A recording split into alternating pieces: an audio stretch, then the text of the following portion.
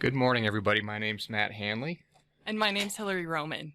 and we are here with Career Insight.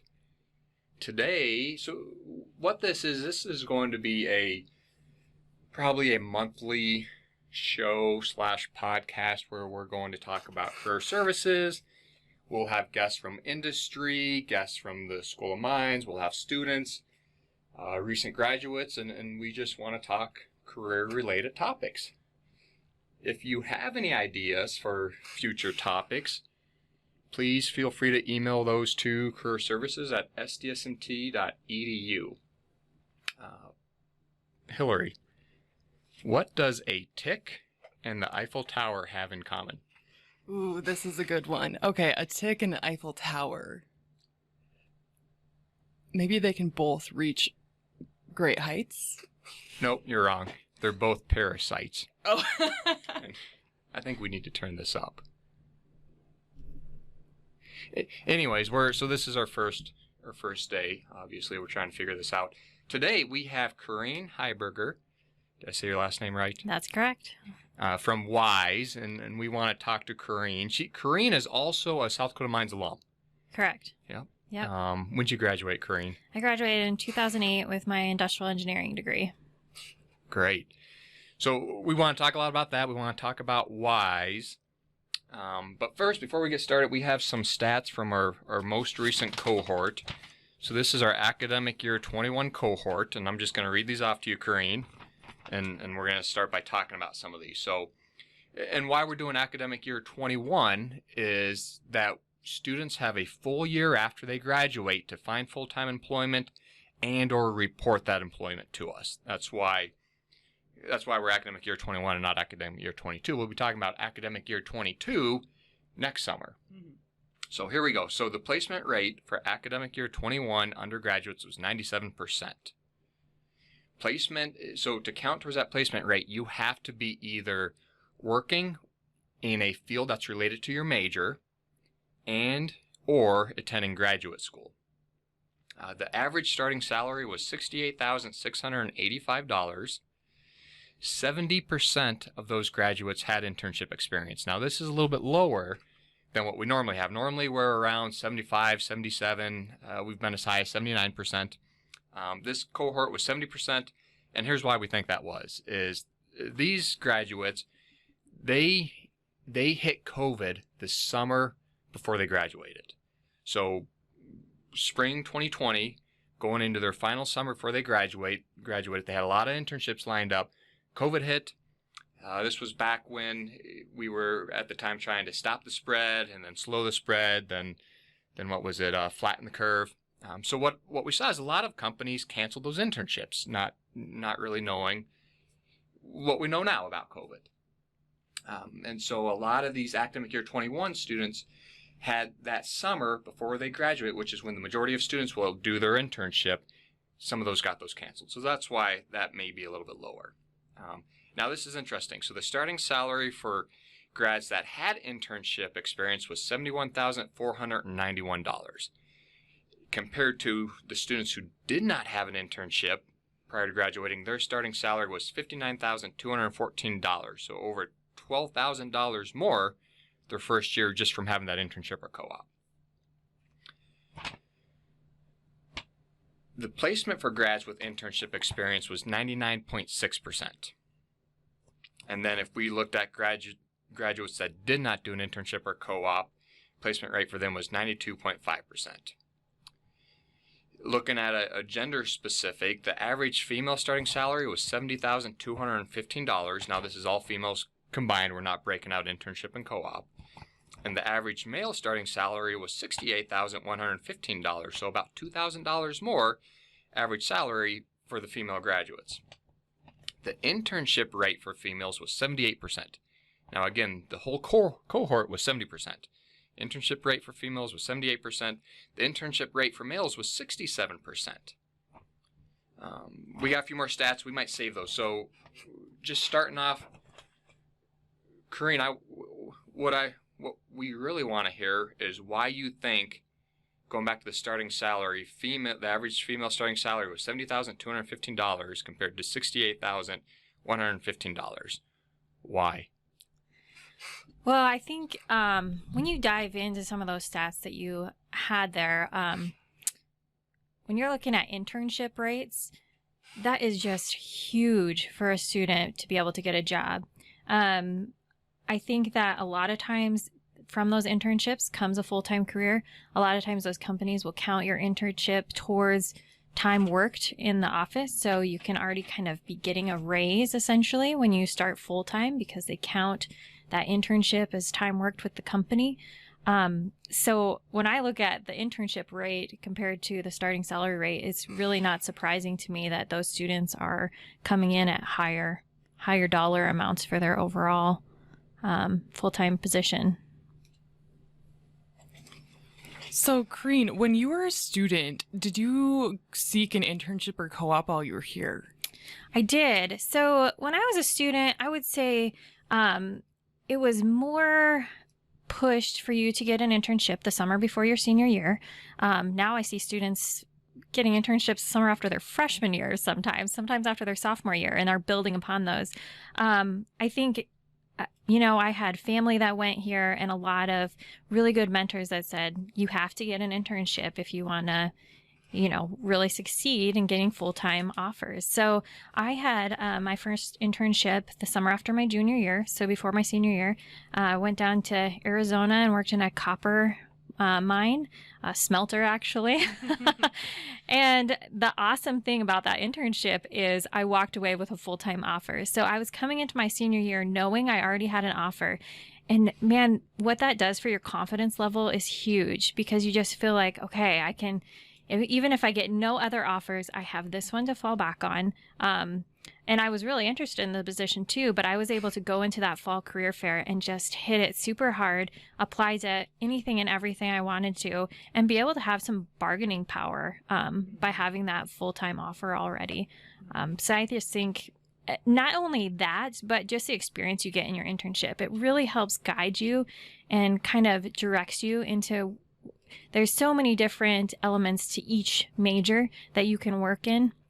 And so I think it helps for some, they'll get into that first internship and they'll say, oh, I don't really like this type of engineering work. So now I'm going to try something else. And it helps you to get into that full job, really comfortable and confident that you're going to enjoy the work and you're in the right place. So did you end up accepting that full-time offer with the company you interned with? I did not. I actually accepted a different offer. I really hit the fall career fair really hard. So I interviewed with 9 different companies. I did 9 flyouts that year, which left me very little time for school, but it was important to go and meet these companies, and ended up with 9 offers to choose from. And so for me, it really came down to company culture and kind of where I wanted to live. And the middle of nowhere, Arizona wasn't the top of my list. So I ended up moving to Sacramento, California with Granite Construction.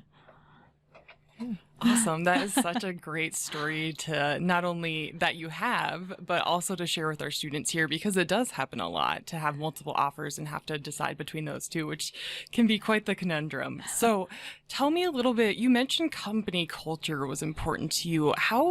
Tell me more about that. Like, how does a student get to know that and get to know what they're actually looking for? Yeah, and I think some of this just comes from experience. Once you have a few flyouts, you start realizing, what questions do I want to ask?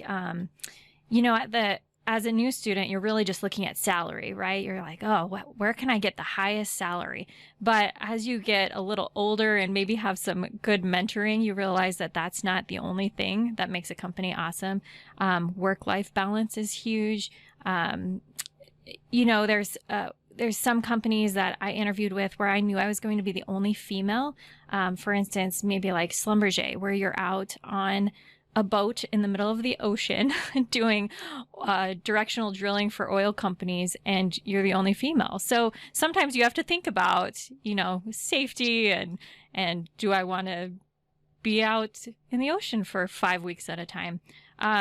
But just, I think a lot of the benefits, Granite was really awesome about welcoming all of their prospective employees in. They gave us dinner. They really talked a lot about what it feels like to work in this environment. And I think when you have a company that's really focused on their people, you feel the difference. And I think some of that comes from interviewing with multiple companies, and some of it just comes from your personal preferences. A lot of times, geographical location is important for me. It wasn't as important, but like I said, when you have multiple offers, you're able to use that as part of your mix. And so, I think just the more you get to know the companies, the more you realize questions you can ask, and how to fit that culture into something that you're interested in.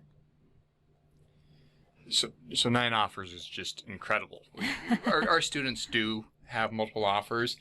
I have not heard of 9 offers before. That's great. What I'm wondering is how, so you mentioned the internship.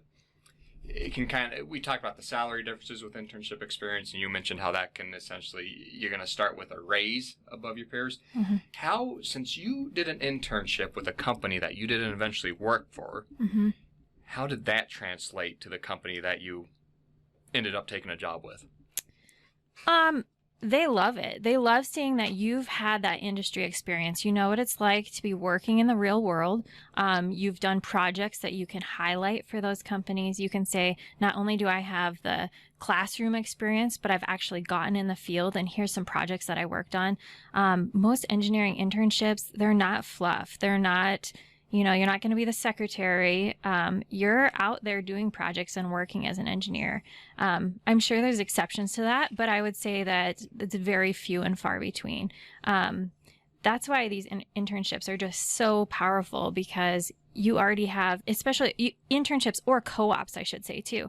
You really are working as a full-time engineer, and you can use that to your benefit. And there's just something about taking your classroom knowledge and putting it into play that just gives you such a head up above the rest, and you're able to use those experiences in your interviews. A lot of times these interviews are behavioral based, and they're asking you, when was a time that you did XYZ, and having something other than, well, in my class or in my class group, you can say, actually, I was working in the field and we had, X, Y, and Z happen, and this is how I helped find a solution to a problem. And I think that's really powerful in an interview.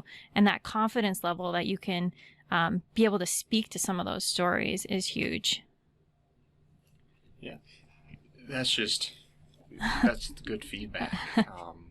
Absolutely. So real quick, let's define an internship and a co-op for anyone who doesn't know. So, and you'll hear a lot of people define it differently. So here's how Career Services breaks those up: is an internship is an experience over the summer where you're working in a position related to your field of study. So just as an example, let's say you complete your first school year and you decide that you want to go home and you want to be a lifeguard. That's great. That doesn't count as an internship.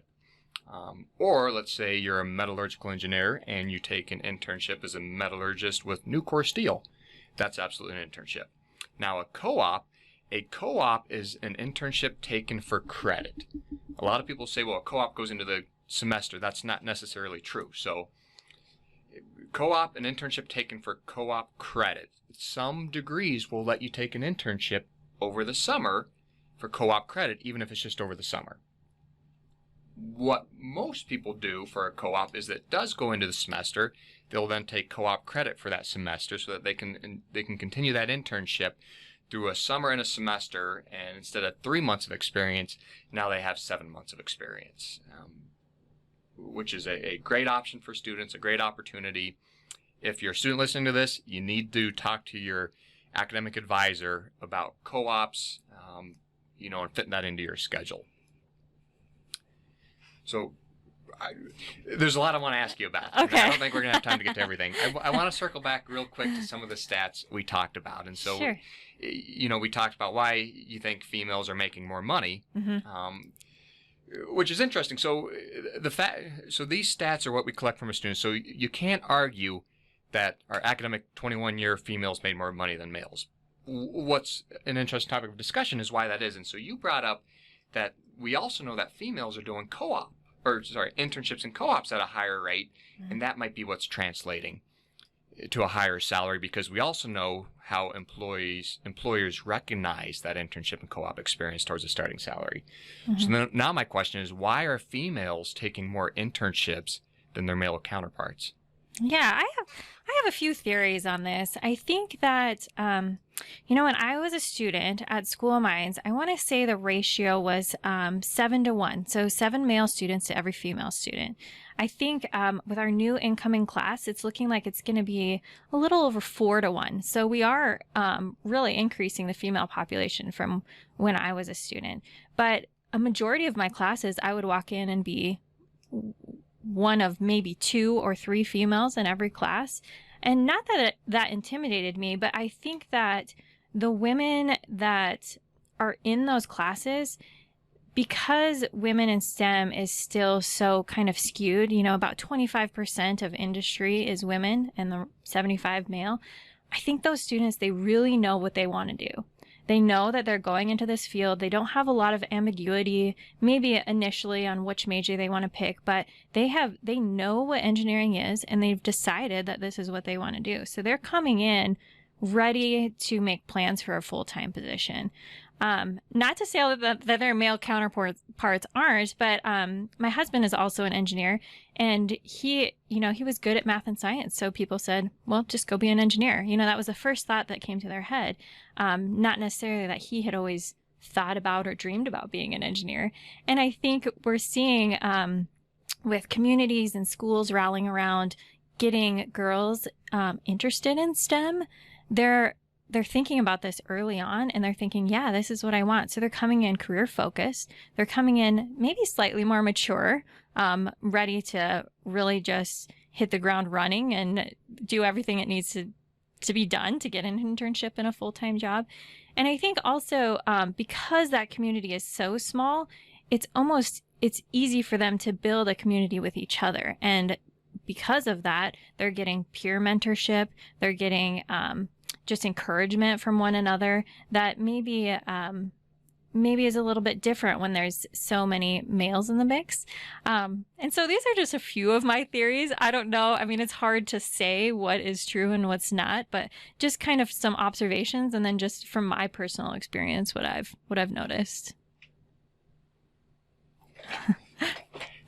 Well, thank you so much for sharing. There's so many, I agree with you. There's just so many things that go into really planning for a career and getting that experience, that mentorship ahead of time. And I think the STEM getting more involved in the K through 12 system is really great to really inspire those that are coming through to generate the next scientists and engineers, definitely. You also mentioned maturity, and I think that's definitely something to touch upon of, these women are coming in and, they have to go get it, right? So they put themselves out there. They're more, they could be more mature in that sense of I'm going to go after it, go get it, and see what happens. So. Yeah. And I run into so many female students that aren't afraid to go to the career fair after a freshman. They're just gung-ho, ready to hit the ground running, where some other students might be like, well, I'm not quite ready for that. I'm going to wait and just work at home for a summer. And I mean, we see students, like I said, having 3 internships by the time they're ready to get a full-time offer. And that's just huge. They could have close to 2 years of experience under their belt by then. So it's a big deal.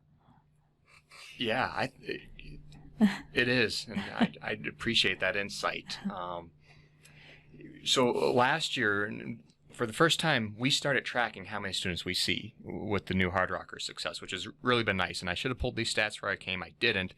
But between the two of us, I think we saw close to 1,000 students, unique students. And so when I think back on all the students I talked to, if it was a female student, at least 9 out of 10 times, in fact, probably 99 out of 100 times, the student said, I want to do an internship right away. It was very focused on, let's talk about internships.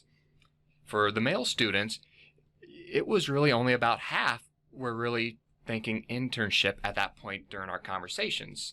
And that certainly, if we were to break out freshmen, sophomore, junior, seniors, grad students, that would change a little bit. But I think, from my own kind of thought on it is that goes back to maturity, is I think female students are coming in at a place where they they're more mature and they either believe us or they recognize that, yes, this is something I need to do, to set myself up for success. Definitely. What do you think? So, and that's just from the students I met with. Hilary, what about the students you talked to? Yeah, I would have to say I'd probably agree.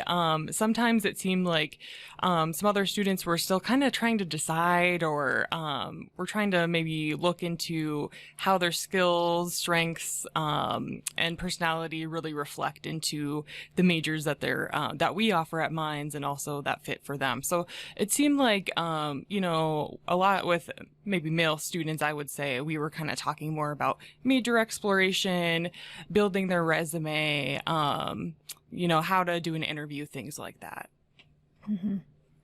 So Corinne, let's go back to your nine flyouts. So were those 9 flyouts or were those 9 job offers? Both. Both. Okay. Wow. Yes. So did you have 100% job offer to fly out? I did. Wow. Yeah. When you got those job offers, you talked about how, company culture was a big thing for you and finding that right fit.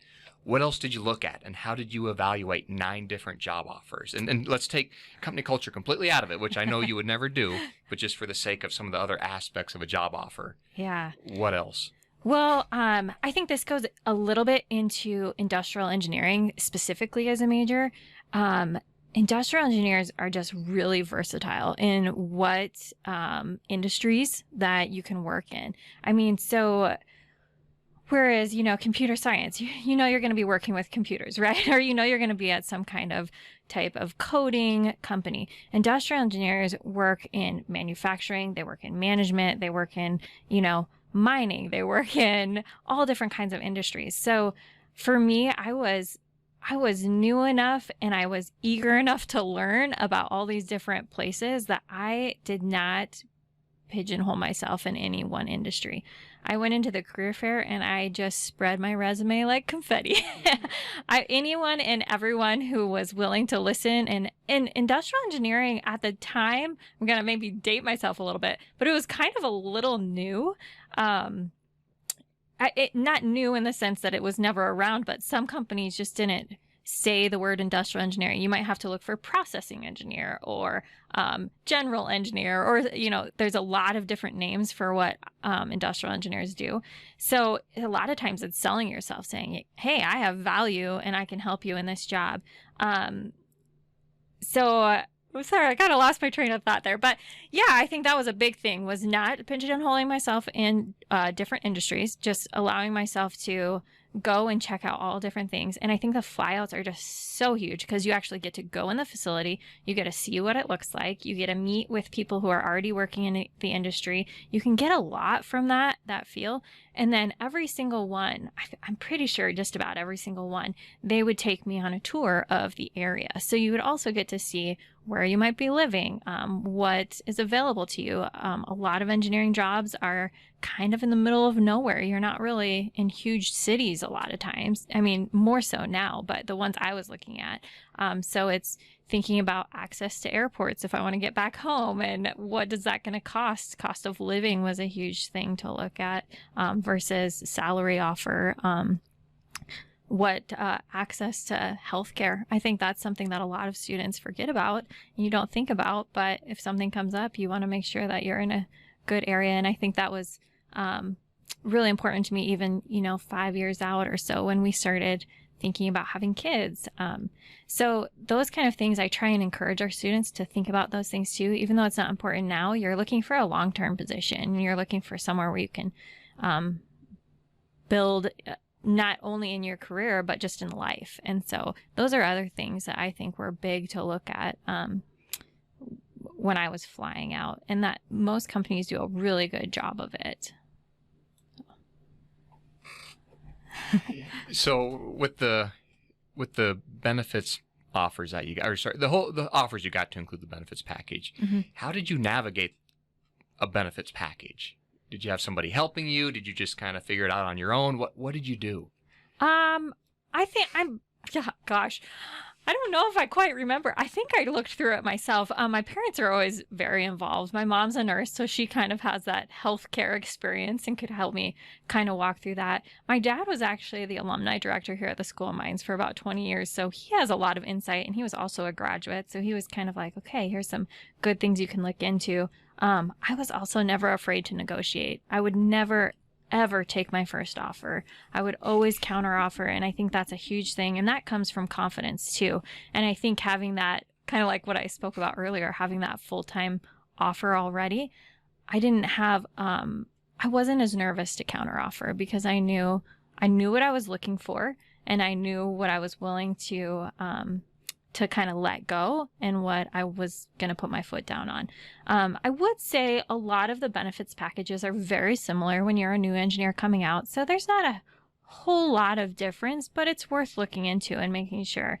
We've ran into things just across the years of my husband and I switching jobs where, different states, the health insurance really can take a bite out of your starting salary. And so it's really worth looking into. Is your premium going to be free as a single person, but then as a family, you have one kid and it's $500-600 a month. That really takes a bite out of your income. So I think it's important to know, and it's important to ask those questions and to not just blindly go in and then be really shocked when 40% of your supposed take-home income is now going to health and taxes. And so I think it's important to look at the whole picture.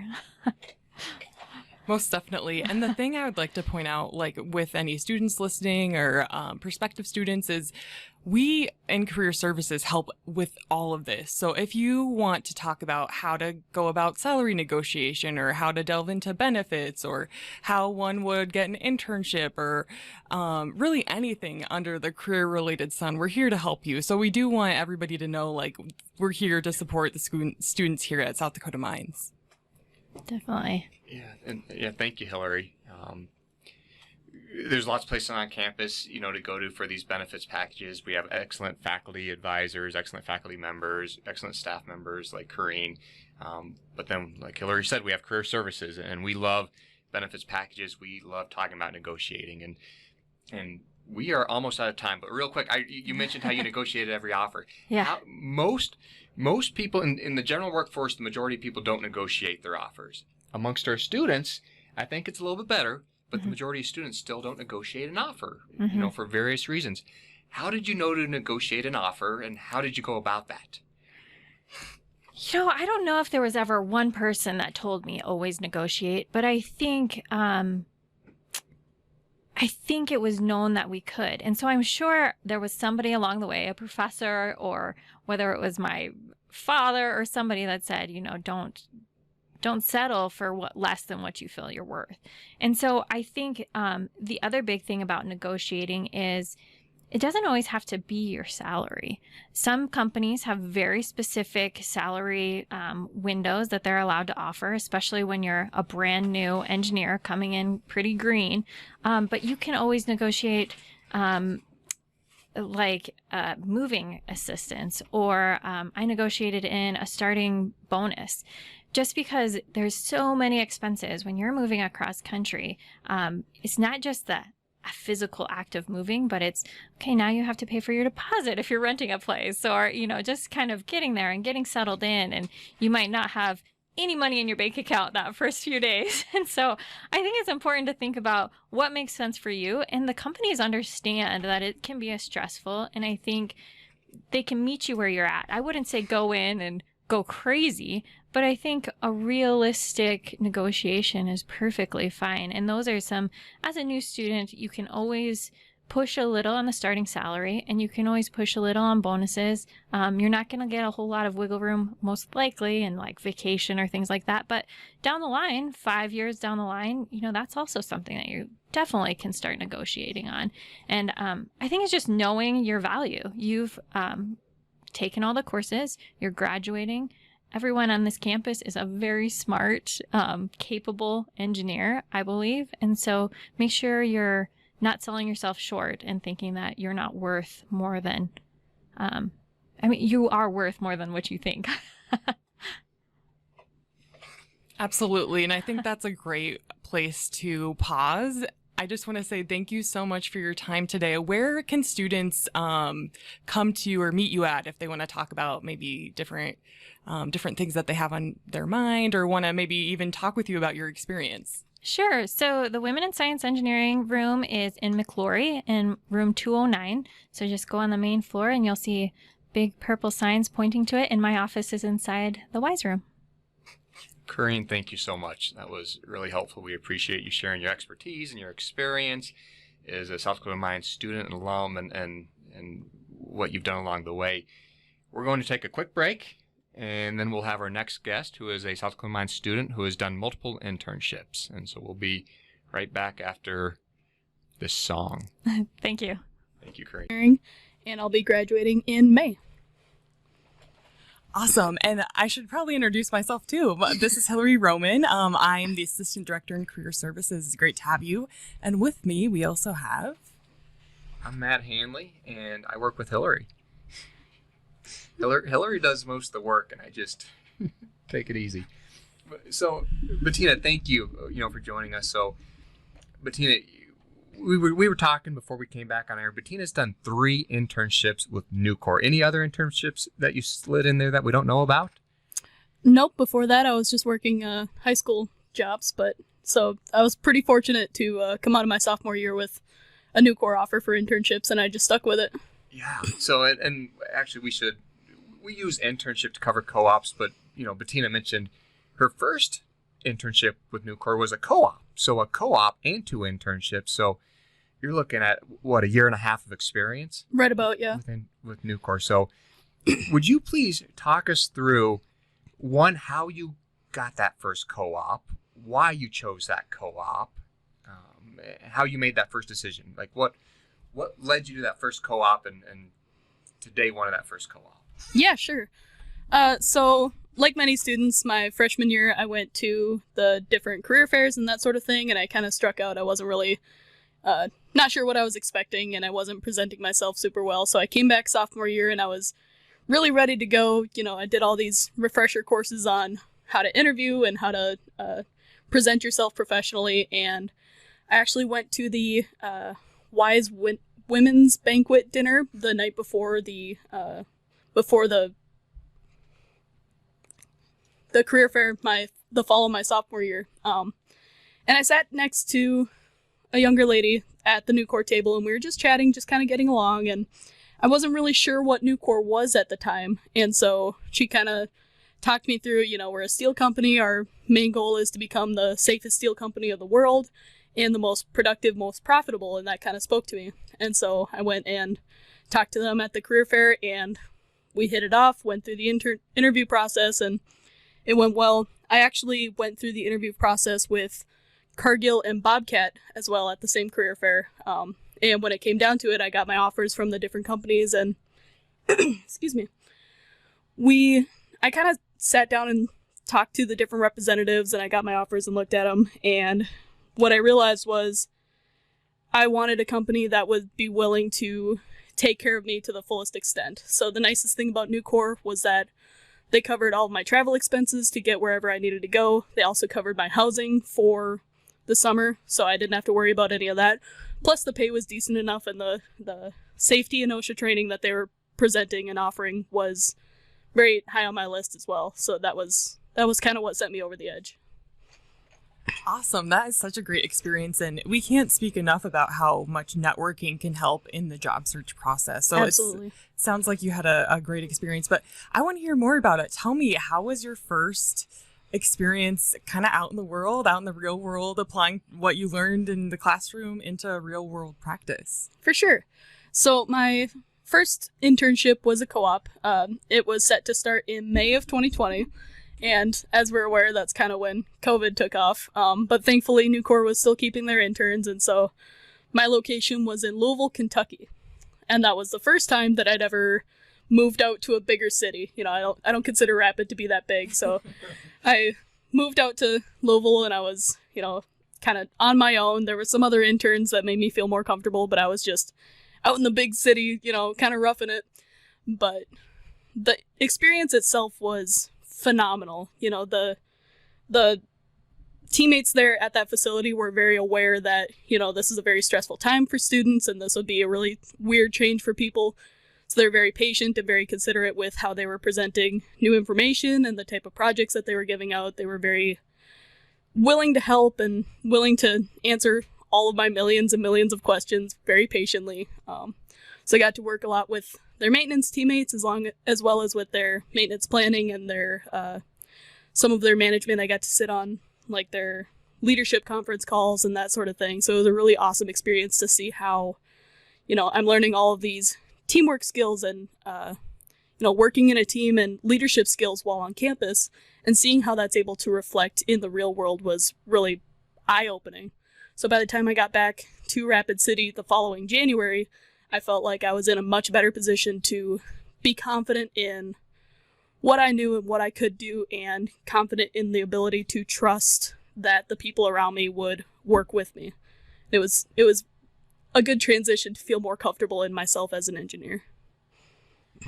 So Bettina, did I hear that right, that from that career fair your sophomore year, you had 3 offers for an internship? Yes. Wow.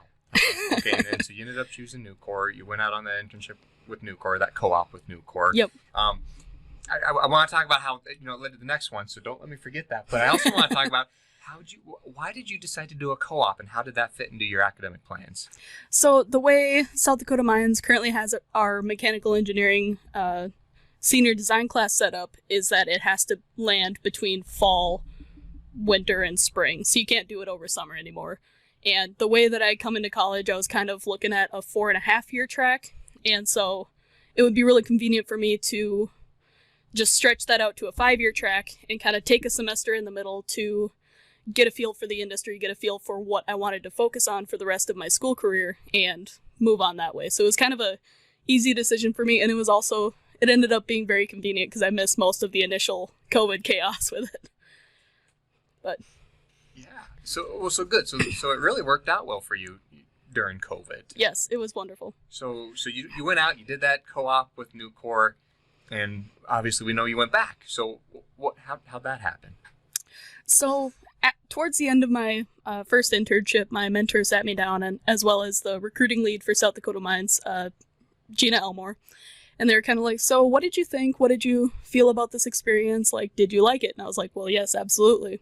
They're like, okay, so we can put you on the list for a returning internship bid, essentially. And it would basically put my name back into the ring of eligible candidates, and I wouldn't have to go through the interview process again, and I would have essentially an internship offer coming back in the fall.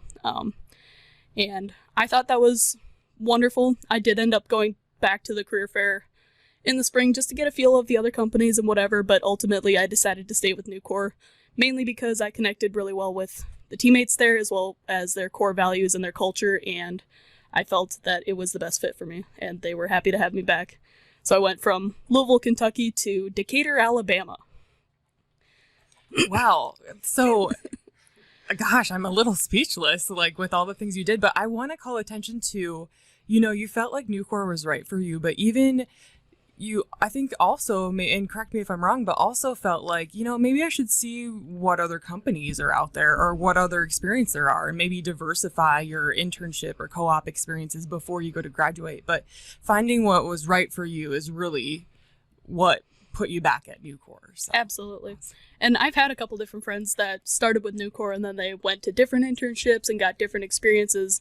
And when it came to when they graduated, they actually came back to Nucor specifically because they kind of broadened their horizons a little bit, got a little bit of a taste of what other industries and other companies were like, and they also decided that Nucor was the best fit for them specifically. I originally thought maybe I should diversify a little bit, but once I was kind of drinking the green Kool-Aid, I felt like wanted to get as much different Nucor experience as possible. So Nucor has a bunch of different divisions for their steel manufacturing. So they do anything from steel sheet, plate, bar, rebar, wire, all kinds of things like that. So I wanted to see the different divisions within the steel company. So I started with Nucor Tubular, which was a conduit facility, and then Nucor Steel Decatur, which was a sheet facility. And then this past summer, I was with Nucor Steel Memphis, which was a special quality bar facility. So the bar that they would drill out to make seamless piping for the oil and gas industry, as well as automotive parts and that sort of thing. So got a very wide spectrum just within the company that I really enjoyed. Bettina, where are you from originally? Appleton, Minnesota. Okay, so Minnesota to South Dakota, Yep. to Kentucky to Alabama. Tennessee. Yep. to Tennessee. Yeah, there we go. Make sure I get these written down right. So you got to experience a lot of different parts of the country. Yes. Did that have any impact on you as a person now, or your outlook for, and let's see, so when are you graduating? This coming May. This coming May, okay. And for your plans after you graduate in May, where you might want to go? So I actually have an offer from Nucor Steel Crawfordsville in Indiana. So Congratulations. Thank you. Wow. Yeah. And have you accepted that offer, or is it a standing offer and you're exploring your options? just waiting for the paperwork. Okay. But yeah. Awesome. I think you're about to hit every state. So way to go. We need to start marking a map for you. Absolutely. But yeah, sorry, what was your first question on that? So you experienced a lot of parts of the country Mhm. that a lot of people may not experience, Mhm. and you know, you mentioned how you don't consider Rapid City a big town, and you know, I would agree with you. I'd say if you were from Kimball, South Dakota, and you came to Rapid City, we might be in the big city. But what I'm wondering though is getting to see those other parts of the country. Being from Minnesota, did you grow up in Minnesota? Yes. Okay, so you grew up in Minnesota. How did that impact your decision for when you graduate on where you wanted to go, seeing those other places? Before you experienced those places, let's start with, where did you think you wanted to work before you got to go to the other places, and then how did that change that or impact that? So I'll be honest. Every summer when I first got my internship letter, it would say where I was going. And always my first gut reaction was, ooh, that's really far from home. So I always imagined I'd stay, upper Midwest, kind of what I'm familiar with. I like the cold, so, the South was a little bit lower on my list. But going down and experiencing the South and experiencing how different culture is throughout this entire country was amazing and mind-opening. And personally, I feel like that, I grew up in a pretty small town. Appleton was maybe 1,000 people. And coming out to Rapid City, the culture was kind of similar, still like pretty Midwestern. But going down to Louisville, Kentucky and Decatur, Alabama, just seeing the different ways that people live and hold themselves was eye-opening. And I feel like everybody should have that opportunity. I still have I have to catch myself every once in a while, because in the South, you kind of pick up the dialect a little bit. And when I come up here and I'm like, yes, ma'am, no, sir, thank you, whatever, people get kind of mad. Like, don't call me ma'am. I'm not that old. So I have to catch myself sometimes. But, overall, I think it's really important to see where different viewpoints kind of come from. I feel like just my personal experience as a Northerner, growing up in small town Minnesota, you're reading your history books and it's, the Civil War and all this kind of stuff that was going on. And I had this preconceived notion of the South that was fairly negative. And so when I was able to move down to the South and experience, the people and how they viewed things were really not that different, like at all. We have different accents and different food tastes and all kinds of stuff. But really, I think it's very important to understand the different people outside of your immediate group and outside of your immediate neighborhood and community and that sort of thing, to really get a broader perspective of what life is really like. I think that was really beneficial to me growing as a person.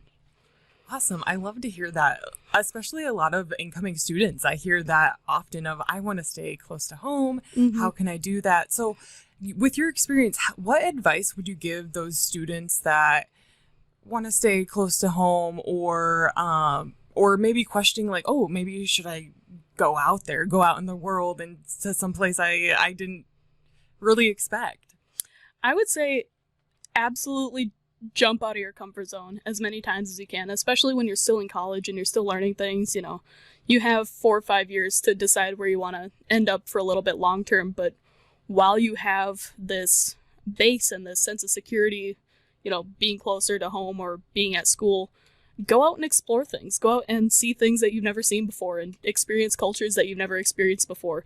I didn't think I would ever eat catfish and, alligator tail, but here I am. And I think it was really awesome being able to go down there and experience those things and then come back and to share those experiences with my classmates and my coworkers and my friends here and just express, there are so many more things that you can't even possibly imagine that you can learn by just stepping out of your comfort zone for a little bit.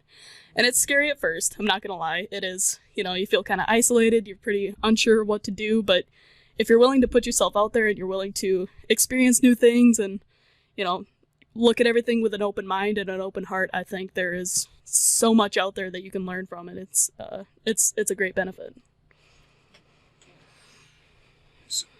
Well, I want to know what you thought about alligator real quick, but then It was kind of like a really chewy, not really chewy, but kind of a chewier chicken, but tastes like fish. It was really interesting. So a chewy chicken that tastes like fish. It's a great recommendation. So you mentioned jumping out of your comfort zone, going to do that, which is great. I think a lot of students sometimes face some pressure from their parents or relatives, wanting to keep them close to home, which we totally get. That makes sense.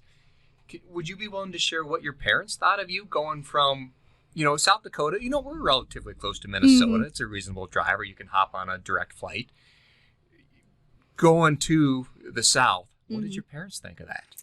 So they were a little bit apprehensive, especially moving to the bigger cities like Louisville or Memphis, and you see the news and you see, there might be crime, or, that seems kind of scary. But one thing that really helped my parents is every summer going down to my internship, my dad would road trip down with me, and he'd spend a weekend, spend a couple days. We'd go see the city, go, pick out a couple food spots to check out, maybe go meet some of my new coworkers or my mentor, that sort of thing, and just kind of ease his mind that, there were people here looking out for me.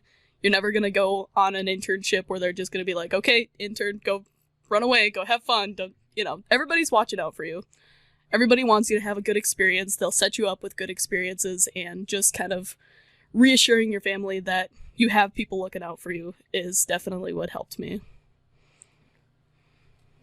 I'd say something I'm sure people have heard before: success builds success. So Absolutely. You got that first internship, you took that leap. It was somewhere far away from home, far away from South Dakota, and that led to getting your name in the hat for another internship, which you eventually ended up getting offered and taken.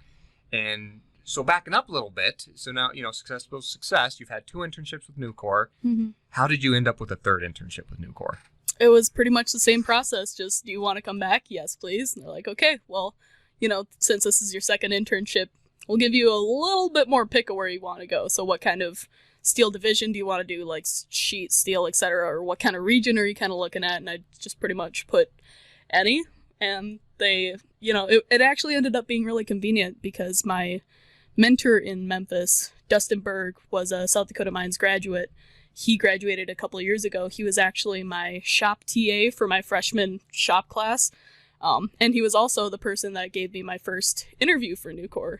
So when he saw my hat in the ring, he kind of pulled me out of it, and I went to Memphis. But it was really cool how everything kind of came full circle, and I really enjoyed the experience because I had somebody, familiar, and also getting to meet all the new people. Awesome. So what do you wish you would have known kind of in the beginning to where you are now? What advice would you give your younger self? That is a really big question. I think more than anything, I wish I would have just not worried so much, mainly.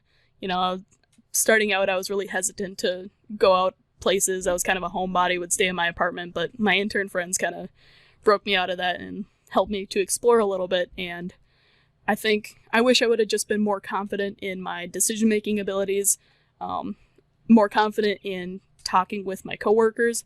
I was kind of, I never really wanted to bother anybody. I didn't want to bug them, so I went with a lot of questions unanswered because, everybody seemed busy. But looking back now, if I would have just taken a second and be like, hey, can you answer a quick question for me?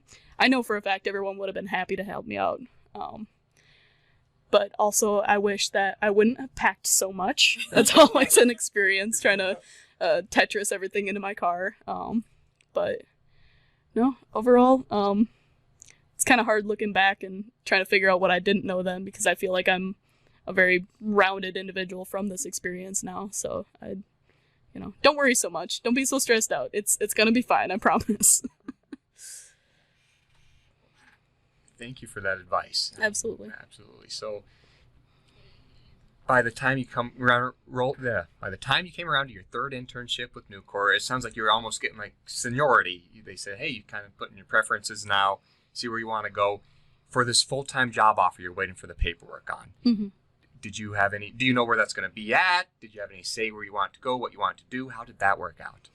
So the last mill that you work at, so if you're a graduating senior and you're working at a mill, they sometimes get preference. They can like make a position for you if they need to. You can kind of work with your intern coordinator to reach out to different divisions that you're interested in and try to, set up a meeting with people, set up an interview, that sort of thing. I was under the impression that the process would be like my internship process, where they'd just throw my hat in a ring and somebody would grab it. But as it turns out, I still had to go through like the standard interview process, the standard like reaching out, hey, I'm interested in this position, can I apply for it, etc., etc. But my intern coordinator was very helpful in that, where she kind of, she could get the contact information for like the maintenance manager, and I could talk to the maintenance manager, and he would pass me on to somebody who was hiring for a certain position. And so that was really convenient and really helpful for me. This particular one, I reached out to a maintenance manager, and this is the third or fourth division that I've reached out to, and all of the other ones were like, yeah, we don't really have positions, we might in a while, keep an eye on the postings and that sort of thing. And so I didn't have a whole lot of hope when I went to talk to this one, and I'm on the phone with him, and he goes, oh, okay, I think you sound very interesting. When can you drive up and visit us? I'm like, whatever you want me to. So I ended up, on my drive home from Memphis, I kind of swung through Crawfordsville, Indiana, and I met him, met the team, did a panel interview, and we went out to lunch. And, I was expecting this to be, I'll probably hear something by later in the fall or sort of something like that. And as I was driving home from lunch, I get a call from the manager, and he's like, so how did you think that fit? How do you, did you like the mill? Did you like the people? And I'm like, yeah, I think this is all really great. And he's like, okay, well, we'll have a job posting for you shortly, and we'll send you your offer letter by Friday. And I'm just sitting there baffled. I'm just blown away. Like, it was the best birthday gift. It's not even my birthday, but it was like all the gifts combined, and I was just super excited. And I honestly would never have had an experience like that if I hadn't had so many great people supporting me and helping me to get to that point. So I'm still kind of in shock. This is just a week ago, so I'm just very filled with gratitude. Well, we're getting close to the end of time. So, Matt, do you have any last questions? Or Bettina, do you have anything you would like to end on? Go ahead. No, I have no more questions. Well, I have a lot more questions, but we don't have time for those. Well, first of all, don't be discouraged if your first couple of career fairs don't go the way that you want to. The professional development team here at Mines is really good at preparing you for the career fairs and for your internship experience and kind of your interviews and that sort of thing. So take advantage of the resources that we have here. Absolutely. Talk to your professors, talk to the resources here, talk to people you trust, and kind of build yourself a professional image. You don't have to be super professional, constantly, but make sure you have a way to put yourself in that professional mindset when, I'm on the grind, I'm looking for an internship. This is what I want. This is what I'm going to do. And be sociable. That's another thing. If you can get along with people, you can get a lot farther in life. So, but overall, don't be scared. It's going to be okay. I promise. Don't worry. Awesome. Well, thank you so much for your time, Bettina. I hope that other students listen in and can really gain that valuable advice, because I think from students to students, that's the most valuable advice at some time. So, yeah. Bettina, thank you so much for sharing your experience and your expertise, and hopefully we'll see you back here next year in a green polo recruiting at your alma mater and continuing that advice and keeping that pipeline going. I absolutely hope to. Thank you so much for having me.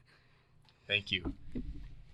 Well, that's it for a Career Insight for this first hour segment on KTEQ FM Rapid City.